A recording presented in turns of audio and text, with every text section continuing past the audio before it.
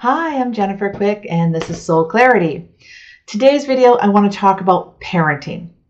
And specifically, I want to talk about the division that happens in parenting and this place of overwhelm. So over the past week, I've been having a lot of focus on couples that are in the elementary years, is usually where this starts to really surface and people realize it, whose marriages have become all about parenting and they've lost their connection.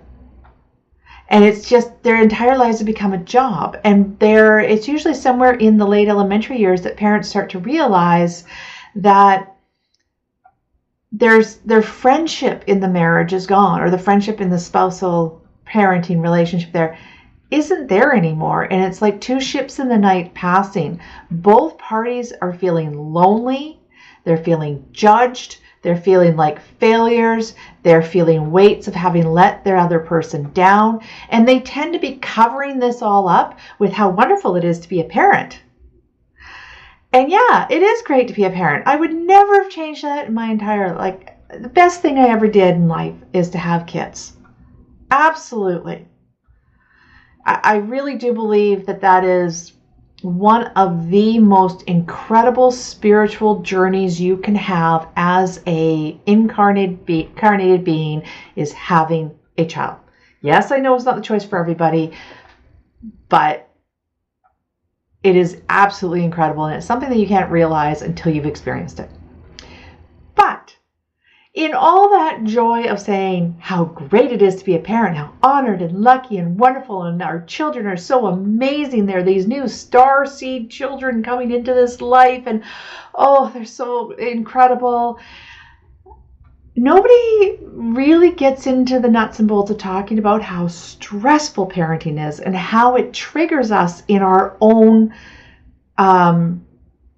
beliefs and programs and karmic history that gets activated when we have kids. So, and I actually went back and I found a bunch of letters and notes that I had written myself as I was going through raising my kids. And I'll tell you, reading them, where I was and where I am today in my relationship with my husband is so far from apart. It was actually almost shocking for me to go and read what I had written back, 10, 15 years ago, and the pain that I was sitting in, because it's so far not in my life anymore. So I wanted to share some of that with you. So what happens when we have a kid? Okay, we have a baby. And it is part of life is really exciting for the first 30 years. There's a lot of excitement that goes on. There's, growing up, going through school, all the milestones of growing up, graduating from school, getting our university, starting our careers, starting businesses, whatever it is that we're going to do for our careers, dating other people and growing our friendship groups and meeting our spouses eventually and falling in love and getting married and having honeymoons and then deciding to have a baby. And then what happens after that? Your entire life, it almost feels like your entire life steps back and it becomes all about this baby and the milestones that this child is going to go through. And what ends up happening is you become consumed. Right? Especially nowadays when so many of our youth are struggling. They're struggling with general mental health. They're also born with a lot of neurological differences. And then we also, in a very chaotic world, there's a lot of confusion and strife and arguing and fighting and things going on at the parenting arena. So that's all part of it. But there's another part. It doesn't matter what area you're in. When you have a child, so as a mother giving birth, you are a portal of life, which took me a long time to accept that because it seems really weird. But you are a portal of life. You bring life into this world. That's what your body is designed to do. And that is freaking amazing and really weird at the same time. Okay? So you have this thing that you've grown inside of your body. It's been a part of you, and then it comes out of your body, and the depth of love and connection, and it's indescribable what goes on. And I mean, the moment I transitioned from being pregnant to being a mother was, I always describe it as being in like the depth of hell, because when you're in labor, it is like the depth of hell. And it was not easy for me, did not go the way planned. It was hell. Okay? But the moment I heard that child, it was like being slingshot to the top of heaven. And I say this all the time. There has never been a higher moment in my life than the moment that I heard my baby, my very first baby, cry. And in that moment, I went from being a person having a baby, a couple that was pregnant, to being a mother. And it consumed me in that moment. And I wanted nothing more than this child. And then at the same time, I had this overwhelming fear of like, wow, I'm responsible for another life. And I remember that moment thinking to myself, thank God I still have my partner with me. My husband is with me. And it's the two of us raising this child.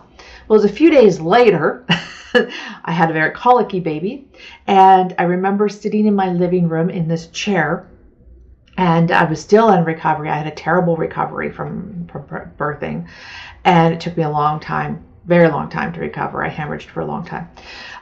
So I wasn't feeling that great. And so I was sitting in this chair and the whole family was there. And I remember the baby starts crying. And everybody, all the grandparents and the aunts and this is the first baby in 30 years in my family. Okay. Pretty much the first baby in 30 years on both sides of my family. On my husband's side and my side. And so this was a big deal.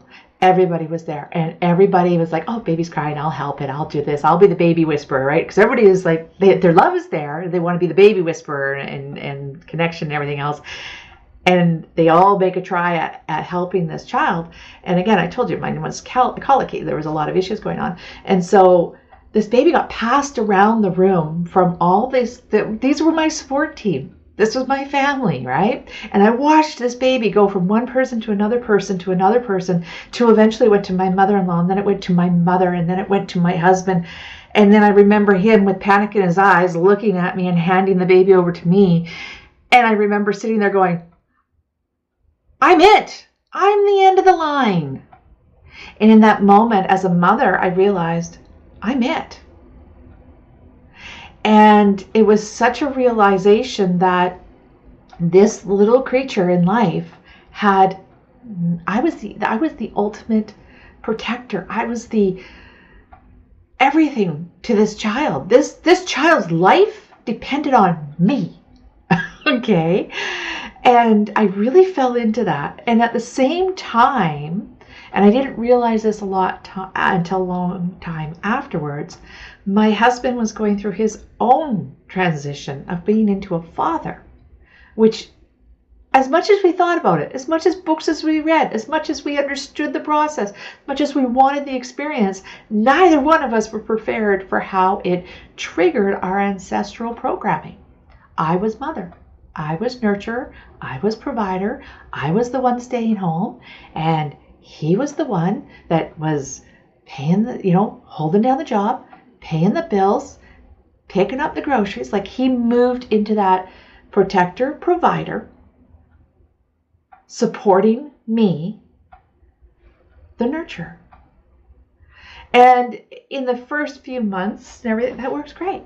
And as life goes on, and quite really, I stayed at home with both my kids right up until kindergarten, and then I started working for myself on the side, which is kind of funny because I never considered myself actually working because my priority was them. But I was actually working when I look back at it. Yeah, actually I was working and I was earning a pretty good living. But that's another video. This video, so I started working and stuff like that, but I still was very consumed with the kids and being everything to my kids. I wanted to be there for every moment. I never wanted them to be on stage and not see my face in the audience. I never wanted them to have a problem with the teacher and not feel backed up by me, that they had a parent they could come to. I never wanted them to have problems with the kids at school and not have somebody, me, to talk to. And my husband being the same way. And I wanted them to have the best of him, so I tried to set that up as well, right? And so what ended up happening is you can't be everything all the time, everywhere, okay? You're human. You're going to make mistakes. There's things that are going to happen. This is a totally different soul having a different experience than you, and you're parenting based on what you remember childhood and your feelings and your programming, right? How you were parented and your decisions about how whether you want to be parented the same way or not. And so all that is based on your experience. How you parent is based on your experience. But your child is not you. They're a totally separate being. And they are coming from when children are born, they are looking at the world completely from a self-centered point of view. So what seems trivial to an adult is the entire world to a child. When mom and dad have a fight, it's not because mom and dad are working out or talking about the hydro bill or anything else. They're having a fight because of me, the child. Everything is centered down to me. Dad is late and not here, and mom is stressed because of me. I did something wrong. Okay? Mom's crying and upset. It's not because of dad, it's because of me. I did something wrong. That's how a child thinks. They orientate everything back to themselves. So no matter how good you are as a parent, how much you buy the book or not buy the book or whatever you're doing, from a child's perspective, they're going to take in their own interpretations and their own struggles and things like that. And so there's going to be elements that you fail at. And as a mother and as a parent, you feel it. Okay? There's also a lot of judgment in the world towards mothers and parents in general. And I do believe that the system that we have set up is really geared to separating parents from their children, which I highly disagree with. Highly disagree with. We need to be encouraging the family unit, not breaking it apart. Okay? And we currently break it apart, especially here in Canada. So what ends up happening is the mom and dad stop seeing each other for who you are. You actually start reflecting your own judgment from your spouse onto yourself. So you feel your failures. You don't want to admit them because you're trying to soldier on, right? You can't fall apart. You got to keep going. There is no stopping this marathon. And especially if you have a child with needs, they need you all the time. There's always a marathon. There's always another thing. There's minor lulls in between the events, but there's always something. There's always something you need to be on top of. There's things like, and it can be like even as a regular parent, I mean, if your kid's not fed by 9 o'clock in the morning, oh my God, your day is shot because the kid's orangutan off the roof, right? Like these things are very real and they're very consuming. And so, and if you fail at them, you feel judgment, you feel that failure inside yourself.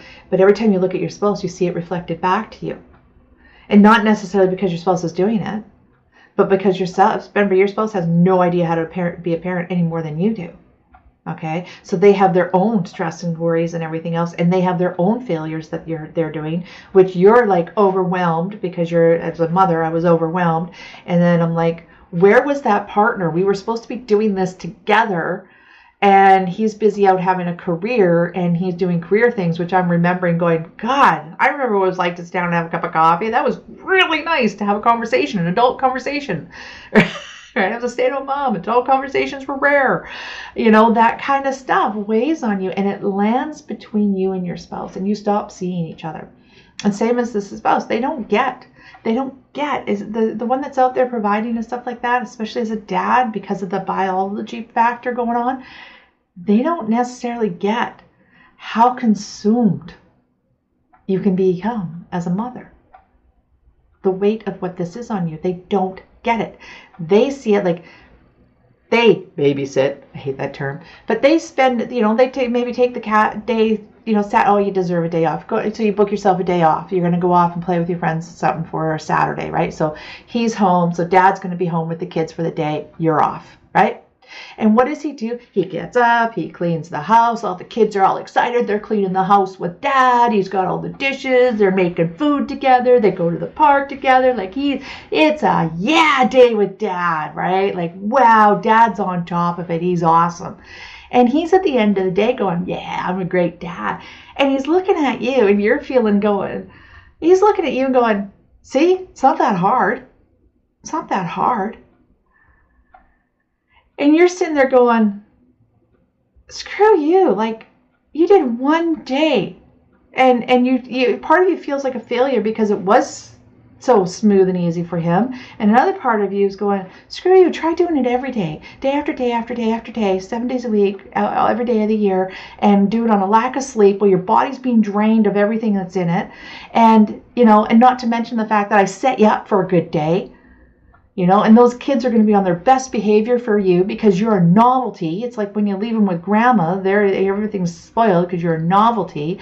They always save their worst behavior for the primary parent, which is mostly the mother, especially in the early years. So you get the worst of them. You deal with every flu and sickness and bug and germ and everything. Dads don't get that on Saturday. Okay, now I am speaking from a point of view in a house that ended up being, not intentionally, but it ended up being quite traditional in that I did stay home with my kids and my husband was the provider and went to work. So we did have that for quite a number of years. And so I do come from that perspective. There is a difference to it when you get two working parents. Okay, there is a different dynamic. But even in that dynamic where you're both running a career, it's usually the woman that will sacrifice the career. Not always. I do know some men that sacrifice their career for staying home with the children.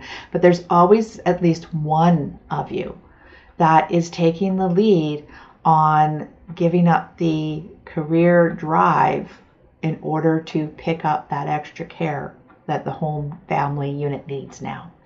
And anyhow, so it becomes a resentment. And what ends up happening is you stop seeing each other. You stop. And usually this is what I see most often. And I'm going, and there's, again, don't take it or leave it. If it doesn't resonate with you, don't do it. By the way, subscribe to my channel, like the video, share it with friends. And if you don't like it, leave it. But, and you can always go to jenniferquick.com to find out more of what I do. All right. So I'm going at it from this mother, father, more traditional perspective, which is the majority of what relationships are, majority of parenting situations. So what ends up happening with women as in the mother is they end up becoming so consumed, and especially actually when they have a career, it becomes even more so dramatic. They're out in the world. And when you're out in the world as a woman, you have to be very much in your masculine energy because you need the protection from all the other things that are coming at you. But you also need that drive. And masculine energy is the drive forward. It's the purpose. It's not the purpose, right? It's the drive forward. It's the create in motion, right? And so that's what you're doing. You're going to a job. You're dealing with the public. You're on. You're driving forward. But as a female energy doesn't get rewarded from that. It actually gets drained from that.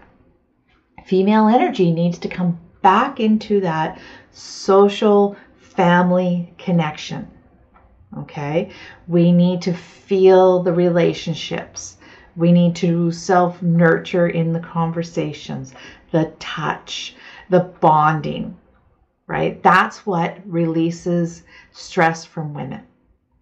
But men don't get that because they're out there doing the job too. The thing is, with the masculine energy, when they're out in the workforce and all those, recognition of awards that they win, that good, that a boy, good day, that was a great day. They feel that boosts them up. Yeah, we had a great day at work today. That boosts them up and it charges masculine energy.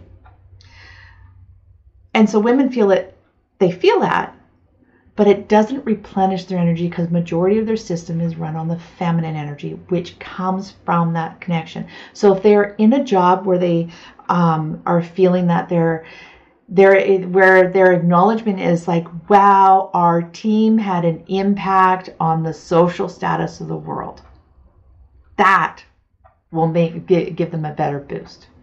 But top sales for the day, that's a masculine boost, and it won't do it for women more so. Okay, it's a little difference for that. Men tend to be more, the masculine energy is more boosted by reward, accomplishment, individual acknowledgement. Okay, whereas women are more collective, family, bonding, social. All right. And so what ends up happening is women then come home from work, and guys come home from work, men and women come home from work, and she doesn't get that moment of replenishing. Whereas he comes home, and in a lot of cases, he comes home and doesn't do much in the house. But, I'm going to take from a healthy perspective where he is coming home and trying to be a part of this family and holding up his end of it. So he comes home and he does dinner, or he does dishes, or he plays with the kids. Well, you do dinner and dishes and everything, right? And he's come into his home and he's getting the I'm being a good dad moment. And his masculine energy is like, yeah, we're getting things done in the house. Everything's been a good day. It adds to his good day. But she's come home and she's still on. She's still in that masculine energy, and she often will get stuck in that masculine energy of doing. So she's immediately coming home going, okay, we watch women, they'll come in there, men will come in the door and, rough house with the kids or starting into doing dinner or whatever, or they'll sit and relax and have a beer and give themselves that break because I need to just shut my memory off, right? Whereas women come home and immediately go through the checklist of, is dinner started? Are the dishes done? Have the kids been fed? Are they home from this? Have they done their schoolwork? What's the play date? Where are they supposed to be? What's the next sporting event? Guys are usually standing there going, oh yeah, we got that tonight, right? Got to do that. They're not. Women immediately have, as soon as they come home they turn off work and all the stuff I got to do at work, they immediately go, oh, all the stuff I got to do at home. Guys don't do that. If they are, a lot of them don't even track what's going on, and they have their routine. They come home and, all right, play with the kids. Oh yeah, there's a play date. And the kids are usually inform them, right? But they're not keeping that calendar tracking of it, whereas women do, because they make sure it's getting done, because they're meeting the needs of everybody, right? And that keeps them in their masculine energy. And so they aren't receiving. And what happens in a relationship is when women don't receive and don't boost their feminine energy, they get stuck in their masculine and they shut down and they don't allow anything in, which actually depletes the feminine energy even more in their bodies. So then they start getting more and more. And so then they look for it through their friendships, because the friendships don't need anything from them, right? Because the men in their life become another task that needs to be done. It's another person that needs something from them.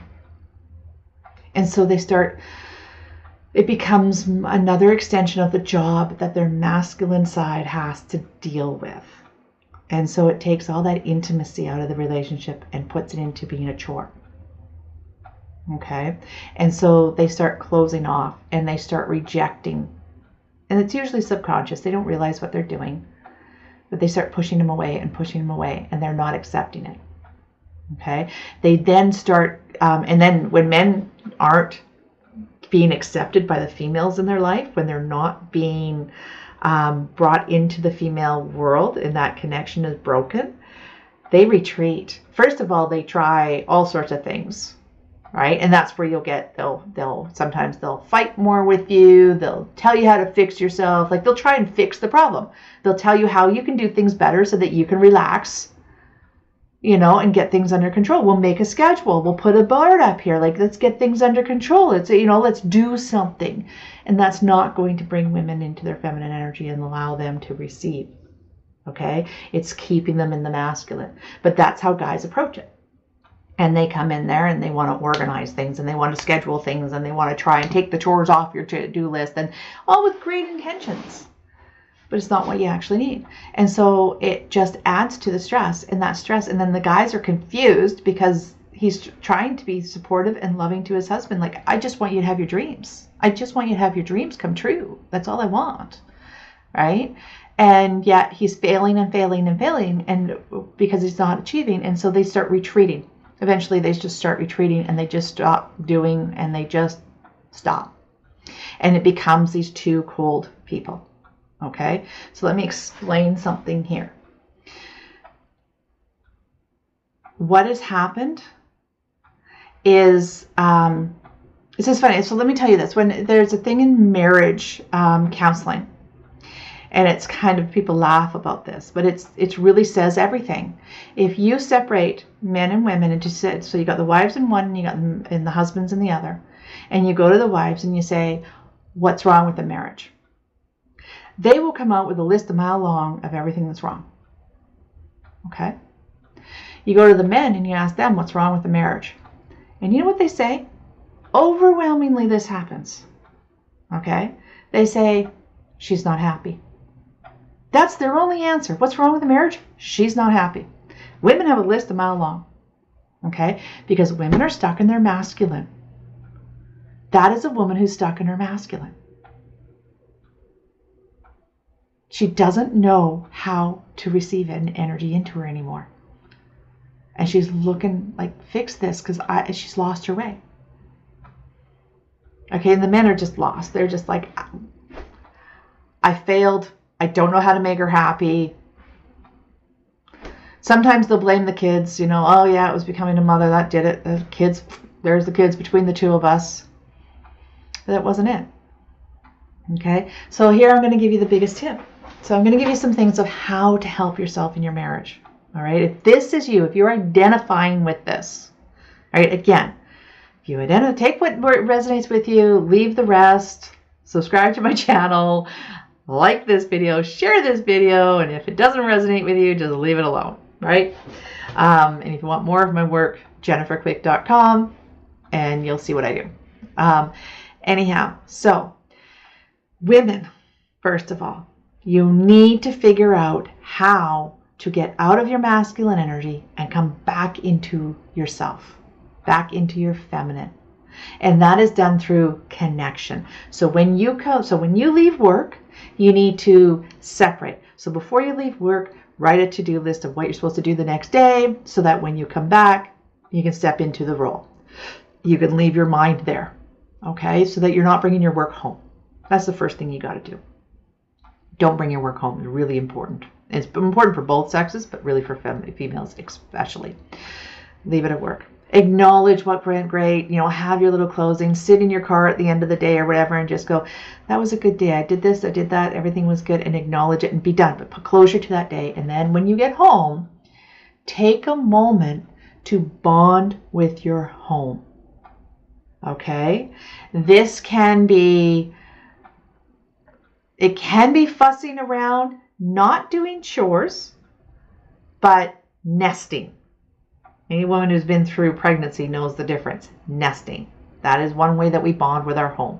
That's where we fluff it. We come into the living room, we kind of fluff the pillows, and we, make sure the bed, we go in and kind of straighten out the bed, and just sort of, we walk from one room to the other and just kind of tweak things. We come in, we hug our children, and, hey, how was your day? We sit down and we have bonding moments with our children. We ask them how their day was.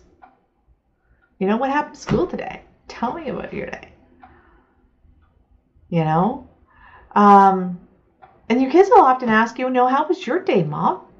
And you can say, hey, it was a long day and I'm tired and I'm really happy to be home. Or, it was a good day. I had a good time today and I visited with so-and-so. And you can give them little tidbits. They don't need the whole burden, but they don't have an attention span to really care or understand. But they love to hear that you're human and they're bonding with you.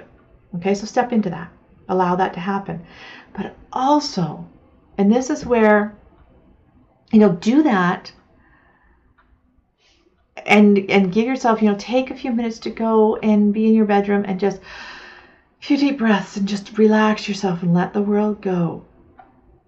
Okay? If there's a ton of things that need to be done in the house, write them down on the list and put them for after dinner or put them for later in the day. Okay?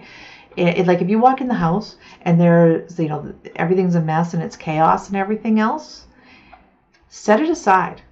Do what you have to close it for a few minutes. And I'm not talking a long time. I mean, 10 to 15 minutes will make a life difference for you, especially once you get in the practice of doing it.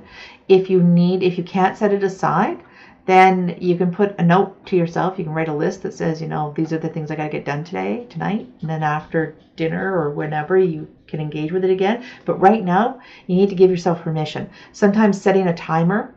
This is mommy's downtime. I'm not starting dinner. I need 10, 20 minutes at home before I start dinner or whatever. Like, that's your downtime. Okay?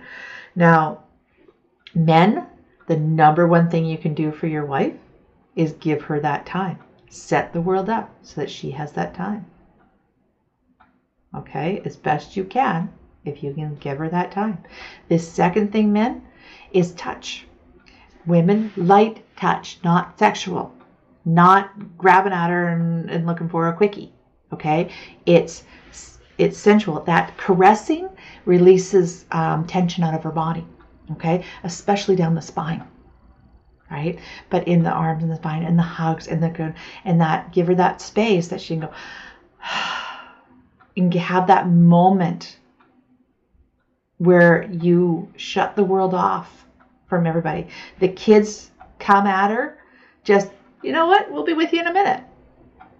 Don't make her say it. You say it. Protect her.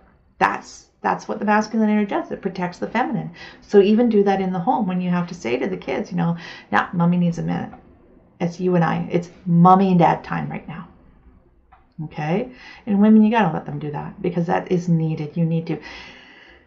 Women often get so consumed in their parenting and being the mother that they don't stop to realize that one day their kids are going to leave the house and build their own lives.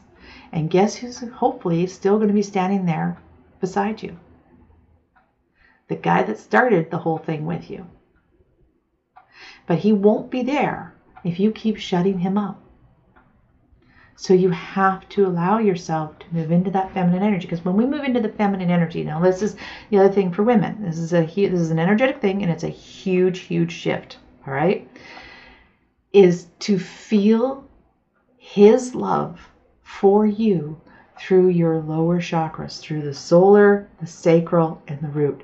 Feel it come into your body and feel it into your heart. Okay? Accept it without judgment. Feel it when he touches you, when he comes near you, when you think about him. Feel that coming into your body. And when you do that, it will further relax you and allow you, that's being in the feminine, is that receiving the energy into your body.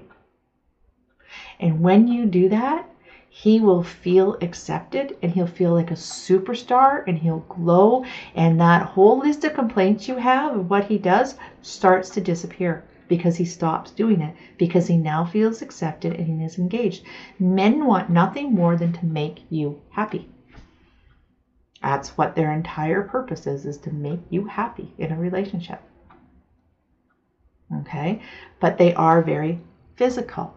And so when they don't fit, and the other thing is, once you receive that love into you and they start feeling that their love is accepted, then you will naturally start having your desire rise again.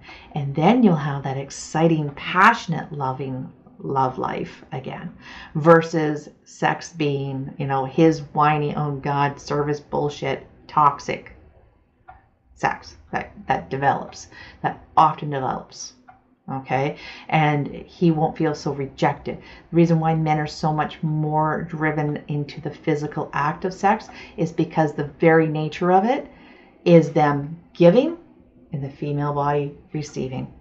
It's the physical act of that. We'll do it energetically first and allow that to be the drive that rises up your passion. And men, there's orgasmic release, and then there's a passionate orgasm. And I really hope you guys know the difference. Because if you don't, well, that's a whole nother conversation. Book an appointment, we'll work it out. But there's a difference. And women know it usually. Okay, it's something that often gets denied and it seems to be overshadowed a lot and misunderstood a lot. But women have actually science. So the whole science thing where they measure what happens in the body and stuff like that through sex has shown that women's orgasms are like spectacular compared to what men's orgasms are. All right. Now, I think there's a little bit of lack in how they study this stuff, but it's still, that's what the studies show. And that's the way it should be. But men's sexual drive is part of that serving, purpose, giving. Women's sexual drive comes from receiving and bonding and feeling connected. Okay. So I forget where I was going with that, but I hope I made my point on it. And I think it's time for me to wrap up this video. I hope this helped you. I hope this helps a lot of people find their way back to each other, because nurturing, the best thing you can do for your children is to nurture and protect your marriage. Not in service not in service and sheer determination to grit it out and stay with this somebody hoping that one day it'll get better, but actually to invest yourself into making the relationship better. Two loving parents, loving, allow each other to love each other. Okay? And when men feel that their love is being received, they just want to give more and more and more. And women, that's what makes you glow. And when a woman is full of that love, it overflows back. Right? That's where it comes from. Women, to really truly be in your divine feminine, you need to receive love so much that it overflows outwards. That's the transition. Okay? So not from a state of depletion, but from a state of overflow. If you need help figuring out how to do that for you specifically, book a discovery call with me at jenniferquick.com, and I'll happily start working with you to teach you how to do that for yourself. Like my channel, like this video, subscribe to my channel. Love you all. I hope this video helped. Bye.